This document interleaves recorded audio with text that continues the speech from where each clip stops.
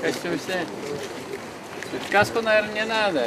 Сменил пиджак на узнаваемую синюю форму. Вот так неожиданно для себя в роли пилота КамАЗа побывал Дмитрий Козак. Не просто сел в машину ради фото. Зампредседателя правительства России даже дал круг на легендарной машине. Агрегат, который позволяет с наименьшими потерями передавать существующие нагрузки. А это уже сердце КамАЗа, производственный цех. Именно здесь делают коробки передач для татарстанских большегрузов. И себе хватает, и за границу продают. Какое количество инвестиций вот в этот завод общее? 90 миллионов.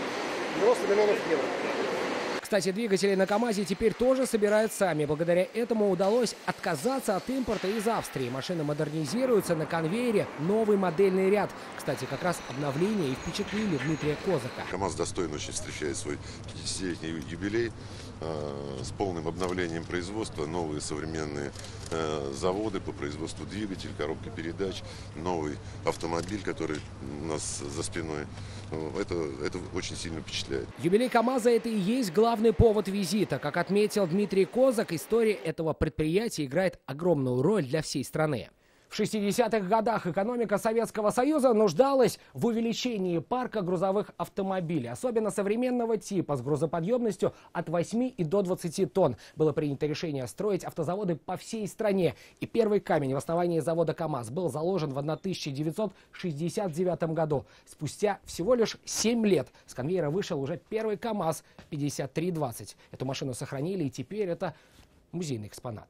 Когда завод строился, 140 научно-исследовательских институтов по проектированию как узлов и агрегатов автомобилей, так и зданий и сооружений работали на эту стройку. Сейчас мы это делаем практически все своими силами.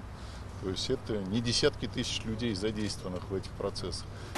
Показать все, чего добились, и вспомнить, с чего начиналось. Планы на юбилей у КамАЗа и челнинцев грандиозные, ждут гостей со всей России. Каждый житель должен почувствовать, что 50-летие что-то мы сделали. Это и дороги, и объекты здравоохранения, образования, культуры, спорта. Ну и то, что вот КамАЗ достойно готовится.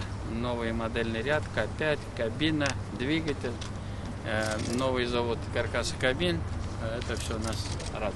На подготовку к юбилею у КамАЗа и города время еще есть, как и у нас, чтобы освободить недельку и попасть на праздник. Он состоится в декабре этого года. Сергей Хайдаров, Ильшат Аюпов, Игорь Романов, Рамиль Закиев, ТНВ, Набережные Челны.